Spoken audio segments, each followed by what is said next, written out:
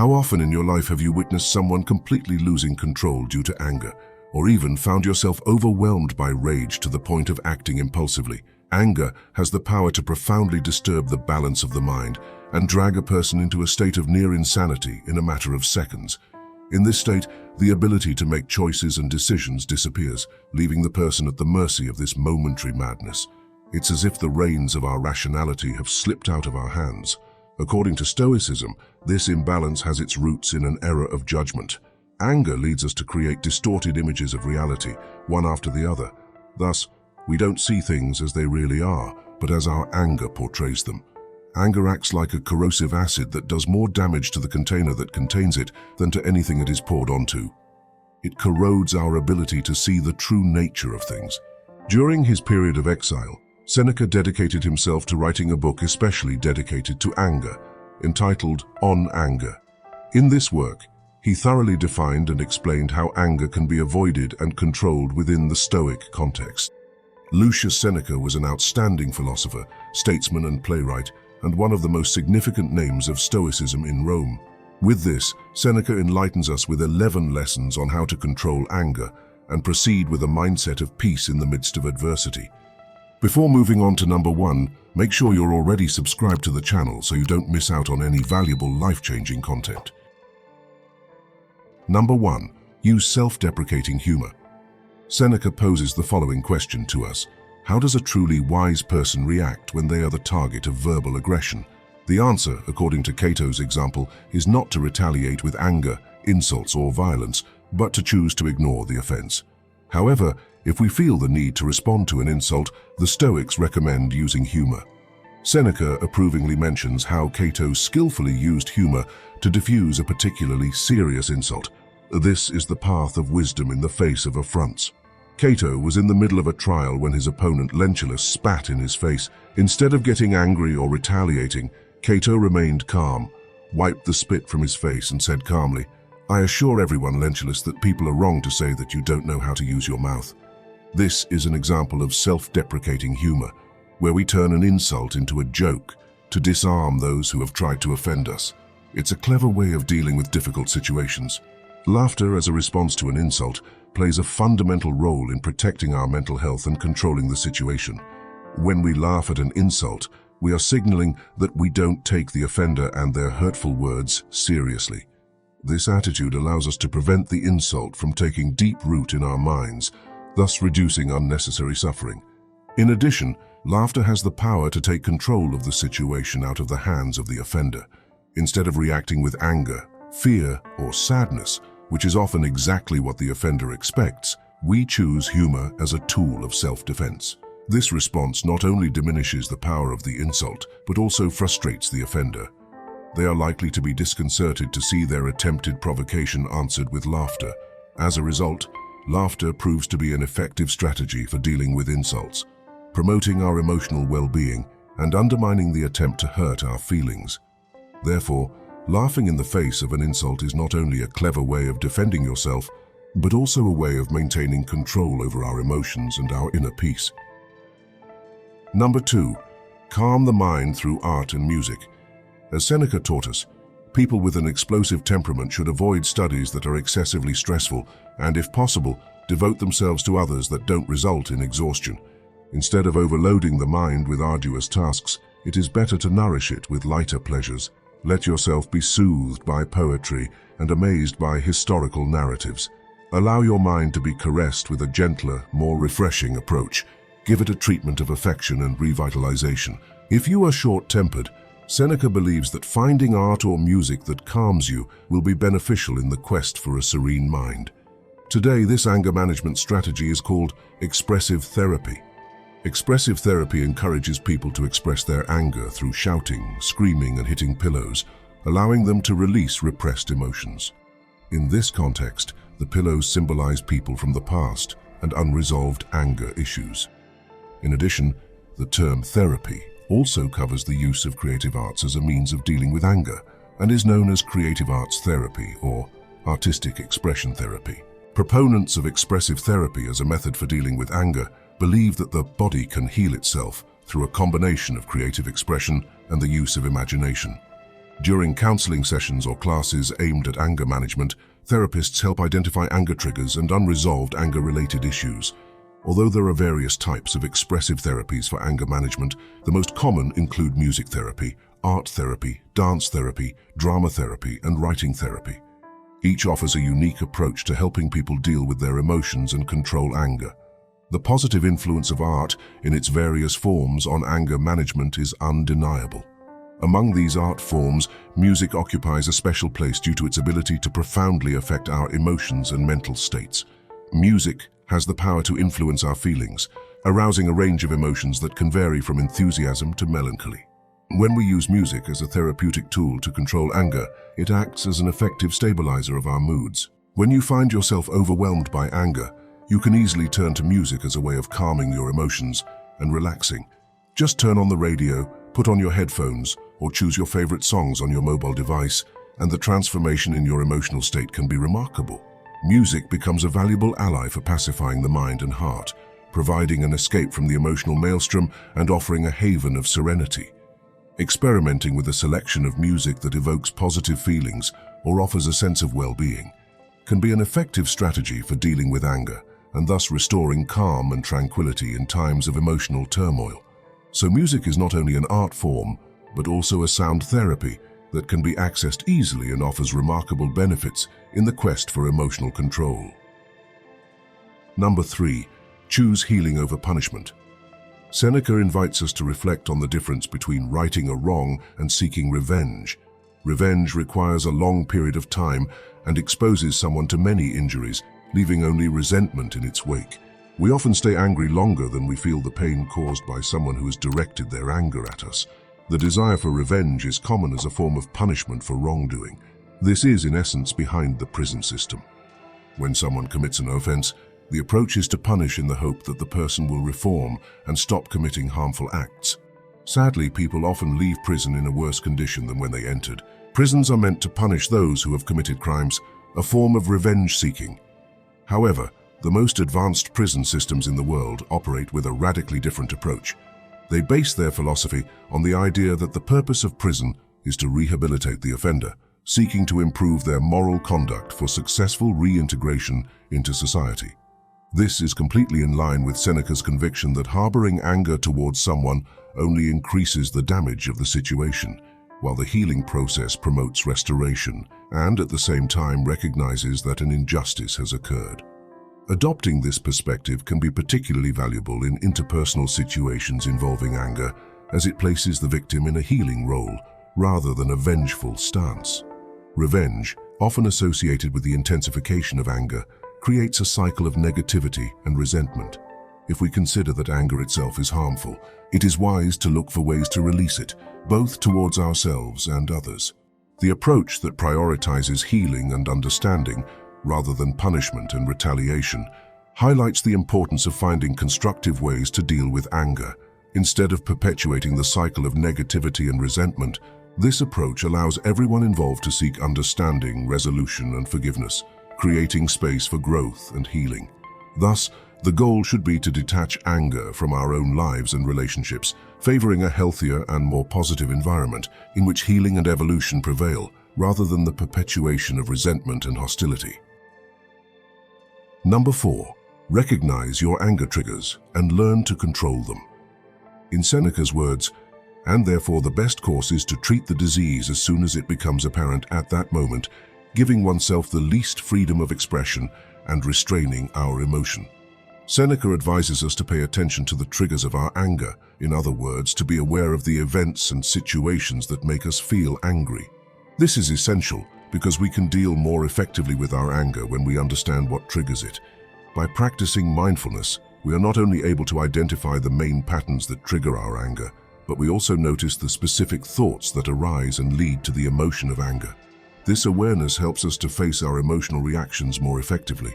The benefit of this is that we will be able to identify and neutralize it before it happens. Here are some common anger triggers. Facing situations of injustice, such as when someone gets ahead of you in the supermarket queue by claiming to have fewer items in their trolley than you do, or when your boss takes credit for your exceptional work and unfairly blames you for a project that they themselves delivered late. These are just some of the injustices we can encounter in life, dealing with the time demands and everyday irritations of contemporary life, such as leaving a little late for work and having to brave the traffic to get to a meeting on time, or your wife getting upset because she hasn't replied to your messages immediately while you're in the office. These are common situations that many of us face, experiencing situations of dishonesty or disillusionment, such as the promotion and salary increase that your boss had promised but won't be able to deliver in the coming months, or discovering a breach of trust in your marriage. These are moments in life that can be difficult to face. Dealing with challenges to our self-esteem, such as experiencing rejection or feeling forgotten by someone who means something to you. Facing situations of prejudice and discrimination, such as those related to racial or ethnic differences or disability issues. Experiencing situations in which we are the target of physical and psychological aggression, such as being the victim of a robbery, suffering domestic violence, or experiencing unexpected accidents. By preparing ourselves to deal with the possibility of feeling angry, we are strengthening our ability to express it constructively, which is essential for maintaining healthy and balanced relationships. Awareness is the key. As we become more aware of our anger, we increase our ability to control it from its inception, in the early stages of the emergence of this intense emotion. This allows us to adopt a more proactive approach to dealing with anger, rather than reacting impulsively. Instead of suppressing anger, we learn to understand it by deepening our self-knowledge and recognizing the triggers that set off this emotion. This process of self-discovery enables us to develop effective strategies for channeling anger constructively, transforming it into more conscious and benevolent actions and communications. In this way, we not only promote our own emotional well-being, but also contribute to more harmonious and positive relationships with others. Therefore, preparing to deal with anger is not a simple task, but an important step on the road to emotional self-mastery and personal growth. Number 5. Stop reacting.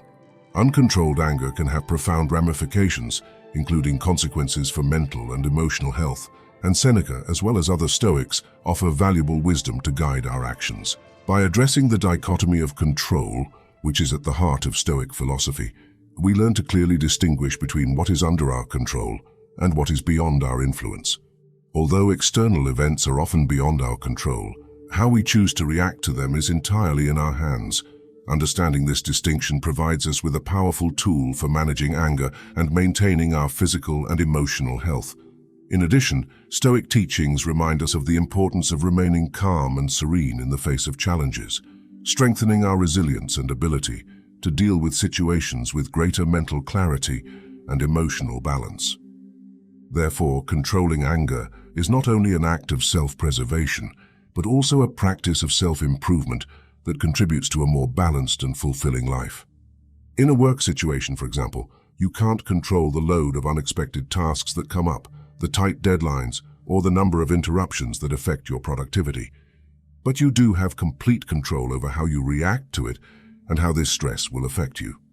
Frustration is an emotional response to stressful situations, setbacks, and injustices, and physically we know that stress increases bad moods and decreases the production of serotonin, known as the happiness hormone, which causes irritability. The Stoics were pioneers in exploring the complexity of human emotions and in the search for conscious control of our reactions. Seneca stressed the importance of not reacting automatically to negative stimuli, emphasizing pause as an antidote to anger. He reminds us that there is a gap between the initial stimulus and our subsequent reaction, and the way we control our emotions in this space is crucial. This approach enables us to consider our responses carefully rather than acting impulsively. Awareness and self-mastery are essential elements for a balanced and harmonious life, where our emotions become allies, not obstacles. Stoic teachings invite us to explore this space between stimulus and response, allowing us to act with discernment and wisdom in the face of challenges.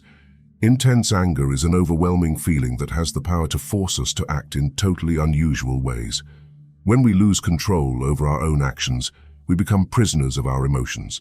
Anger can cause a parent to suffer, lead to a couple's divorce, instigate hatred in a ruler, and sabotage a political candidate's chances.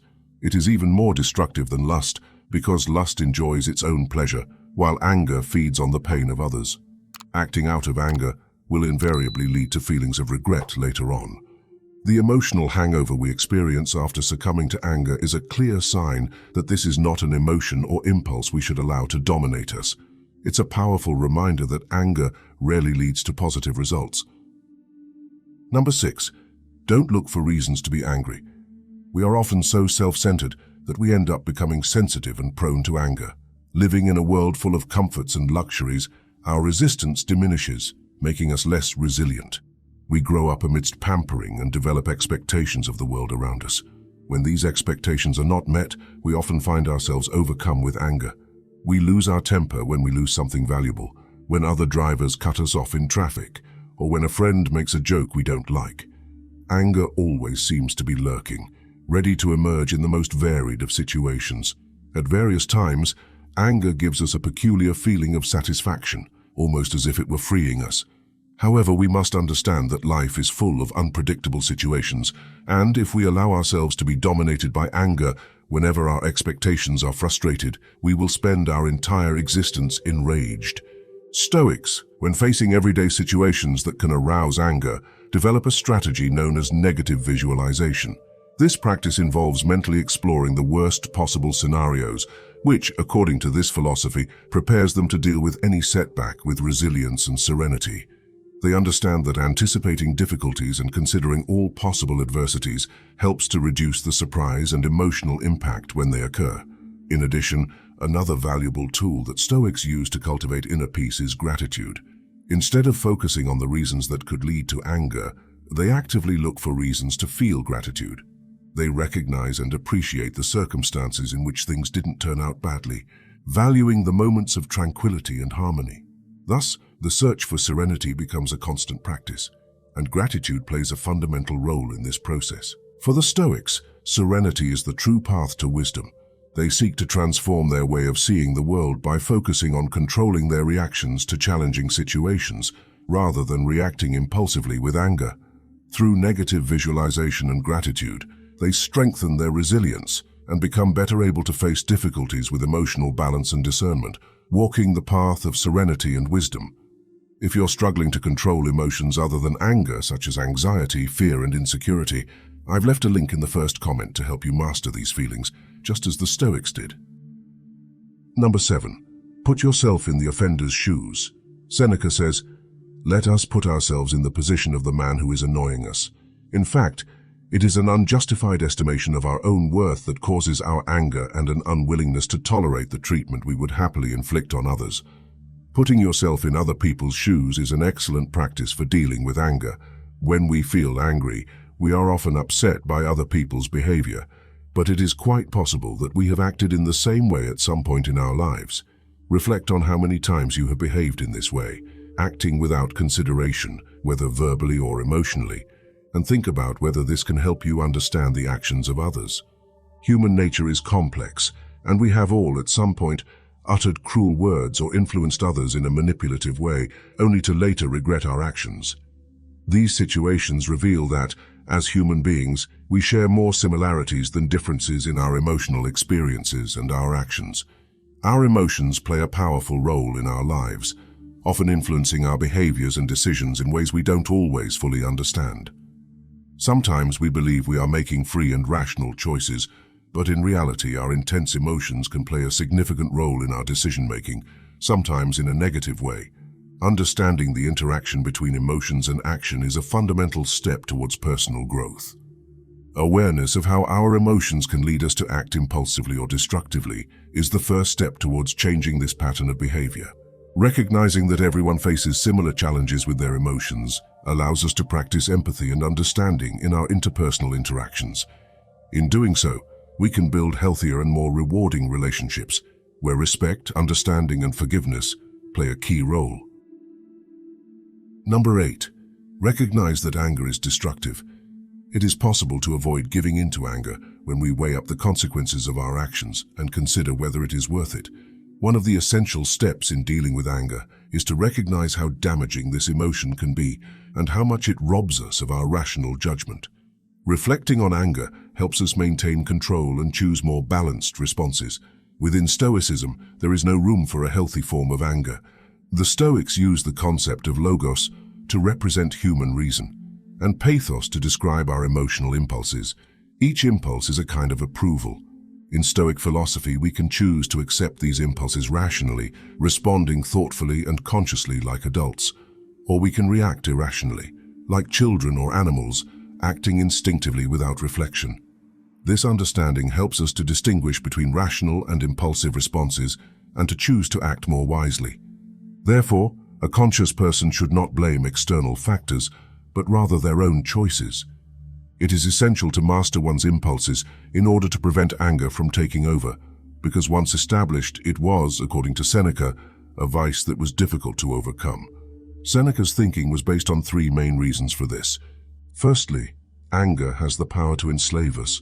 When we let anger take over, we become captives of this emotion, which unbalances our emotions and makes us prone to making mistakes that we will surely regret later.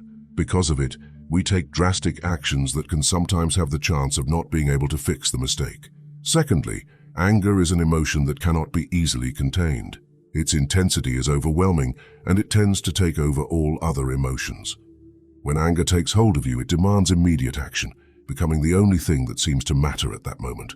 The instant you realize you're angry, it's already in control, and acting under its sway is inevitable. Thirdly, anger is highly contagious. This emotion has the power to spread through a social group faster than any other. When anger reaches a critical level, people unite, acting as if they were part of a single force of destruction. Just think of public lynching situations or violent protests, where it is visible how everyone seems to unite in a wave of anger.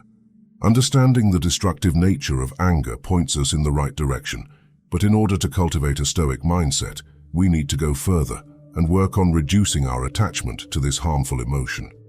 Turning away from anger and disapproving of it is the starting point, but not the final destination. According to Stoic teachings, the broader goal is to achieve serenity, a state of inner peace and calm that goes far beyond the simple absence of anger. Serenity is about reaching a state of deep tranquility, where emotions have no power to shake us, and we are able to face life with wisdom and equanimity. Therefore, the search for serenity is not just an act of resisting anger, but a path towards true inner harmony, where emotions are tamed and calm prevails regardless of external circumstances. Number 9. Choose your friends wisely. Seneca says, "Choose men who are honest, calm, and have self-control, the kind who will not arouse your anger and yet will tolerate it." According to research by Harvard social psychologist Dr. David McClelland, the people you live with determine up to 95% of your success or failure in life. But Seneca realized this truth thousands of years ago. Anger spreads faster than fire, so if you know you're prone to anger, you shouldn't surround yourself with friends who trigger that anger or provoke you. Provocateurs are those people who often influence you to do things that you recognize aren't appropriate and perhaps wouldn't even want to do under normal circumstances. Make no mistake, they can be just as harmful as abusive and narcissistic individuals, since they don't respect your boundaries either. A provocateur can be a friend who smokes 2 packs of cigarettes a day and tries to persuade you to relapse into addiction and resume the destructive lifestyle that you have overcome with so much effort. It could be a wealthy or financially irresponsible friend who loves to consume wildly and constantly encourages you to spend beyond your means, or a family member who is always involved in intrigue, gossip, and puts you in the middle of conflicts. The common point is that they disrespect your boundaries and can be toxic to your life. Often, in social situations, it can be challenging to move away, because we have become deeply accustomed to that person's presence, even if it is harmful. Maintaining control over our lives is crucial, remembering that the goal is to achieve peace of mind. To achieve this, we must seek happiness in all our relationships, encompassing both friendships and family ties. If you are beginning to realize that you are involved in a toxic relationship that has the potential to negatively affect your life, don't despair. There are ways to deal with this situation. To set healthy boundaries, it's like erecting a sturdy fence around our lives, similar to a farmer protecting his land and animals. This fence acts as a protective barrier, keeping out harmful influences while safeguarding what is beneficial inside. This metaphor illustrates the importance of taking precautions to preserve our emotional well-being. Let's imagine that this well-constructed fence represents our personal limits, delineating the boundary between what we accept and what we reject in our lives. It allows us to enjoy the company of pleasant people who add joy and positivity, while at the same time avoiding those who bring discomfort, upset, and negativity. In this way, the practice of setting healthy boundaries becomes a valuable tool for protecting our emotional well-being, contributing to a more harmonious and balanced environment in our interpersonal relationships.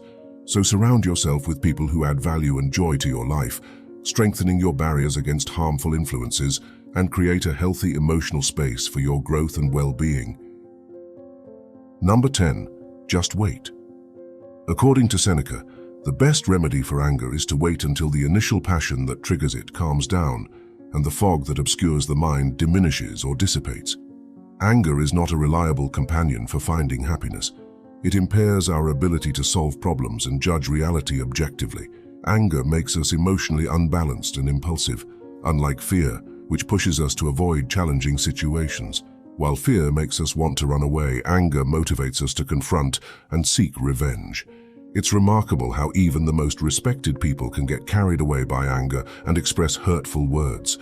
For this reason, whenever you realize that you are about to get angry, it is advisable to remove yourself from the situation that is causing this emotion and postpone any action until your mind is completely calm. Even if this means rereading a message several times or waiting a few days before replying, it is preferable to do so calmly and serenely, rather than acting impulsively out of anger. It's a good idea to seek the advice of an impartial person who is not involved in the situation, especially someone who has no emotional ties to either party. However, if you are feeling calm and still want to send the message, you can proceed. However, it is important to recognize that if you write impulsively in a moment of anger, there is a high probability that you will regret it later. It is therefore wiser to choose not to send the message immediately. Instead, try activities that help you calm down, such as reading, meditating, or doing something relaxing, like a walk, a bike ride, or stretching. These actions can reduce muscle tension and help restore calm. According to the American Psychological Association, deep breathing is one of the most effective ways to reduce the intensity of anger and anxiety quickly. Even a method as simple as waiting for a moment, counting to 10, or repeating a reassuring word or phrase such as "it's okay, it's over," or "it's not worth it," can play an important role in calming feelings of anger. Remember that anger is an emotion, and emotions are temporary, they don't last forever. It's natural to feel angry from time to time, but consistent use of these strategies will help keep your anger under control, allowing you to express your feelings in a constructive way both to yourself and to others. Therefore, incorporating these techniques into your daily life can be key to improving your anger management skills and promoting healthier, more balanced relationships. Number 11. Practice self-reflection. Seneca says, all our senses must be trained to acquire strength. They are by nature capable of resistance, provided the mind, which must daily be called to account, does not persist in undermining them. By pondering who you are and how you act, you will develop a greater awareness of how your thoughts influence your negative emotions. A great place to start is by keeping a record of angry moments in your diary or notes app on your phone. This will help you keep track of what triggers your emotions and understand yourself better. It's a valuable technique to keep a record of your interactions with anger. Whenever you feel angry, start counting and make relevant notes. It's important to document specific information for each anger-triggering episode, such as the event that upset you or caused you stress, which elements of the situation were provocative, your thoughts at the time, and the intensity of the anger on a scale from 0 to 100.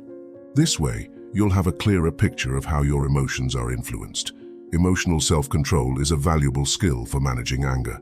An important step in this process is self-perception, which involves understanding how you react to situations that trigger anger and identifying patterns of behavior. To develop this self-perception, it is useful to do a self-assessment exercise. The aim is to keep track of how many times during the day you experience feelings of anger, and more importantly, to observe how you react to these emotions.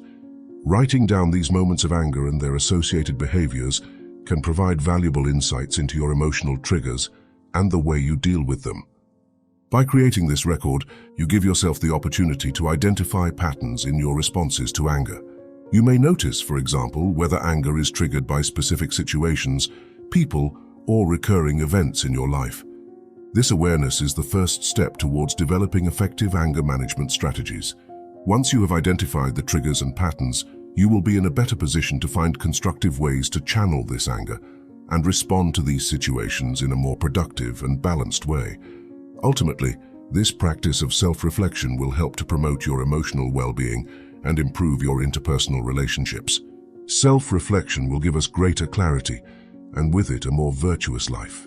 And to control anger, we need to know how to think clearly. Marcus Aurelius explains very well how to think clearly. Click on the video on the screen and watch it now.